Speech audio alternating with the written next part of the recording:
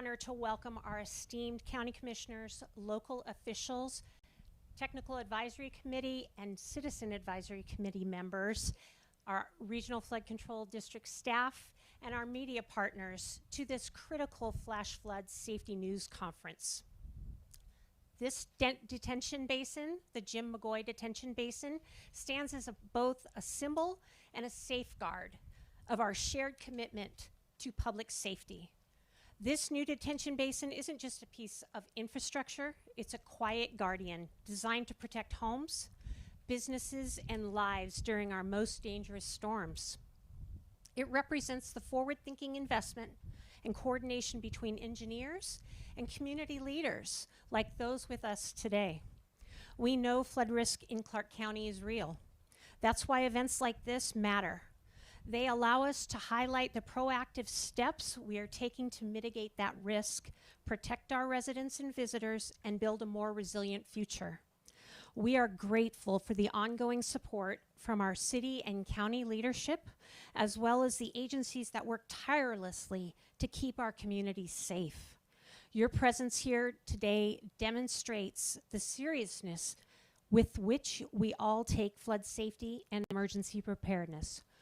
So thank you again for joining us. We're proud to share the work being done here, and even more proud to continue this mission with all of you as partners. Let's work together to keep our communities informed, prepared, and safe.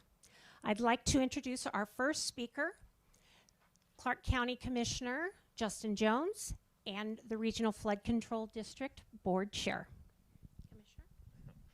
Thank you so much. It's so great to be out here. I know many of us were out here about 18 months ago when we had the dedication for this basin to be named after one of the greats, Jim McGoy. And so it's great to be out here again, see the tremendous amount of work that has been done since we were last out here. And we were just having a little chat that, wow, this has got to be some of the best views of our beautiful city that you can have. And maybe we should start charging for, watching fireworks.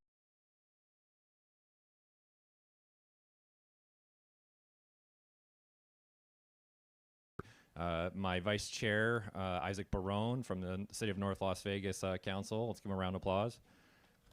Thanks so much for being here. And then my board chair on the county commission and my colleague on the flood control board, Tick Segerblom, who will be addressing us here in a couple minutes.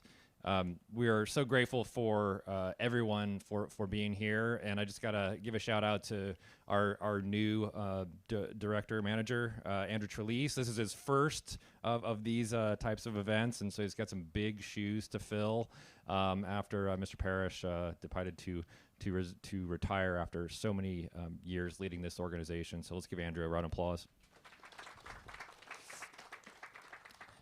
There are 713 miles of storm drains, washes, and channels in the flood control district system.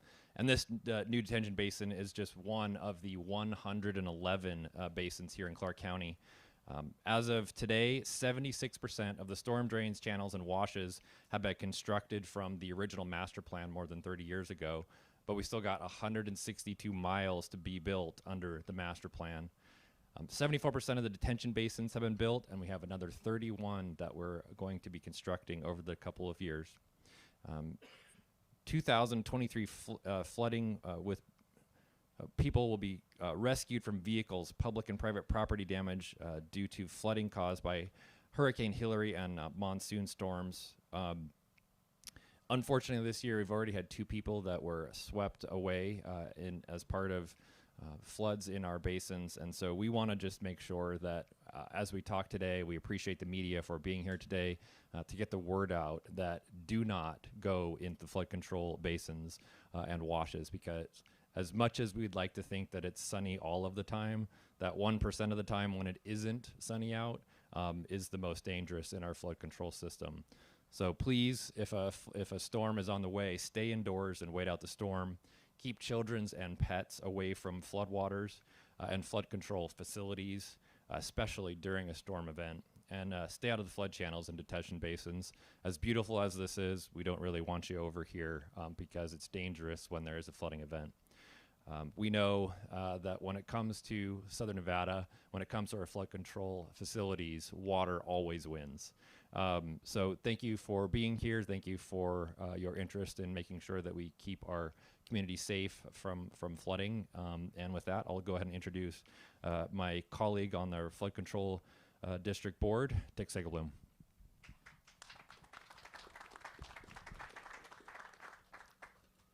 Thank you, Justin. I'm doubly proud for this, first because it is a flood control project, but more importantly because it's District E, which is my district. And honestly, since I've been elected, I've seen some major storms, and lots of these houses down here have suffered some major damage, huge inconvenience. So this is going to really make a big difference in East Las Vegas. So I can't thank you enough, flood control, and Justin, Isaac, everybody involved in this is just so important.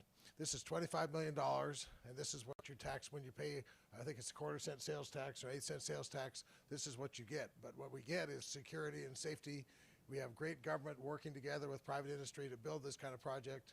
And just in the next fall, we're going to start just a couple miles to the south here. We're going to start the last detention basin over in the east side, the orchards. So I look forward to that. But it's just so rewarding to me to see taxpayer dollars be spent wisely and making all of our lives better.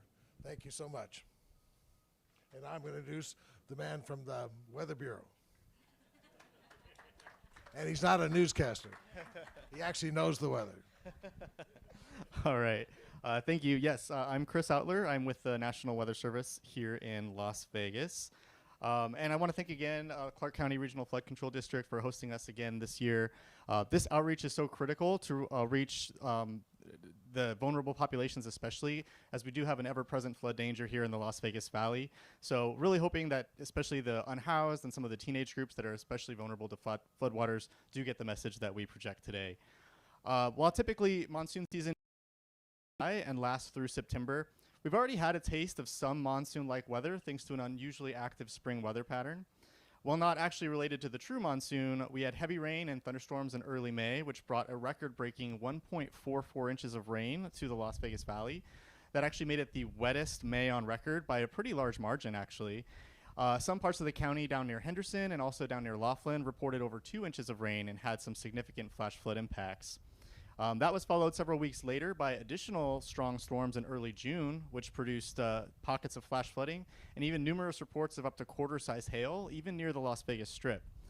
Perhaps what's most striking about some of this activity was that it occurred in May and June, which is well outside of our typical flood season and 2 of the driest months of the year in Las Vegas.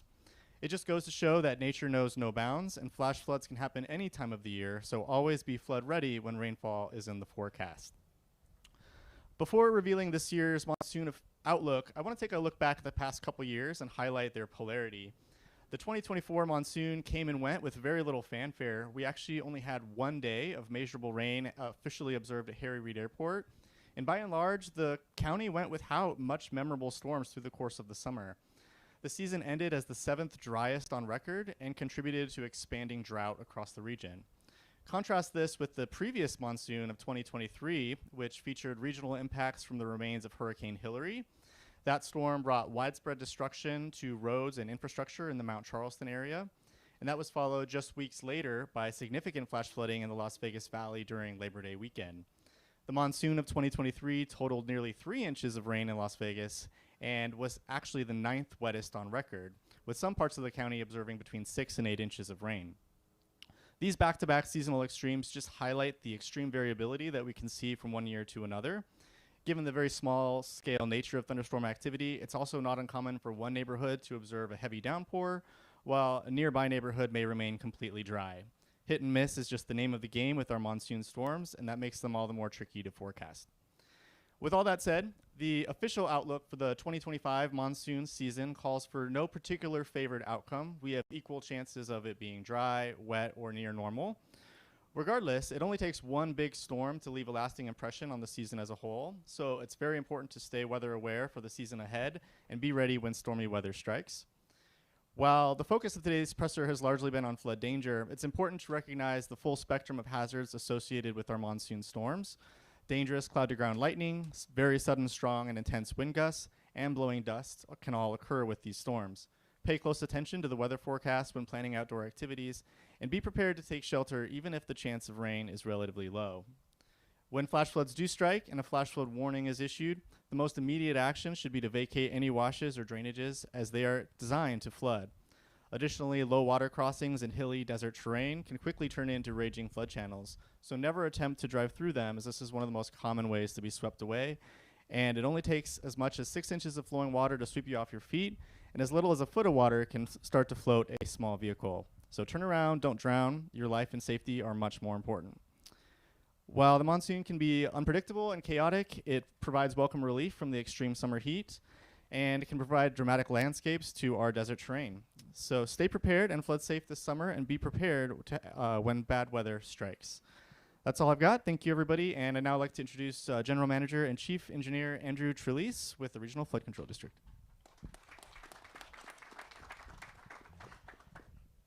Thank you, Chris. Always a tough act to follow. Really appreciate you coming in here, helping us out today. So, as Chair Jones mentioned, this is my first flood safety news conference as general manager. I've been to several of these over the years, and first time I get to speak at it. So, thank you all for showing up here and this very important day to help you help us spread the message to the community about how dangerous flash flood season can be. I'd like to talk a little bit about the district right now, what's going on. We have 7 projects under construction around Clark County, totaling around $95 million. We have another 8 projects totaling $83 million that have been funded and should start construction by the end of this year, hopefully either this summer or this fall. All around Clark County, we have projects going on. We have, of the projects under construction, we have 2 in Henderson, 2 in the city of Las Vegas, 1 in the city of Mesquite, and 2 in Clark County, including this detention basin behind me. So that being said, I mean, how beautiful is this? Isn't this an amazing facility? And you're welcome for the great weather today, because it's normally it's my engineering director and I were talking like this is probably the coolest flood safety news conference we've ever had. So yes, probably still rookie mistake wearing a suit, but I don't have the jacket on. So, but one thing I want to mention is this Jim McGoy detention basin. Who is Jim McGoy? Good question. So let me answer that a little bit. Jim McGoy is a former state Nevada assemblyman, and is considered one of the founding fathers of the Clark County Regional Flood Control District, along with former Commissioner Bruce Woodbury. In 1984, Las Vegas area experienced several tragic flood-related deaths, including an infant girl and her family, which prompted Assemblyman McGoy into action. In reflection, years later, Mr. McGoy said in an interview, "I decided I was going to do something about flood control." I thought that was a great quote. And boy, did he. I mean, he really did some amazing work. He was a man of his word. In the 1985 legislative session, he sponsored Assembly Bill 169, and once signed into law, this bill revised Nevada revised statutes to provide a framework for creating flood control districts in the state of Nevada. So after the passage of the bill, Mr. McGoy, with the help of Commissioner Bruce Woodbury, worked to get a Clark County statute passed to create the Regional Flood Control District. And then in 1986, the Clark County voters approved a 1/4% sales tax to fund the efforts of the Regional Flood Control District. And as a result of these efforts, over the past 4 decades, over $2.5 billion have been invested in the community by the Regional Flood Control District, resulting in the construction of 713 miles of flood channels and storm drains, and 110 detention basins, soon to be 111, permanently reshaping Clark County and the Las Vegas Valley to improve the safety and quality of life for residents and, just as importantly, visitors. So a couple of stats on, because I'm a nerd and I'm an engineer, so I want to talk about some stats on the detention basin.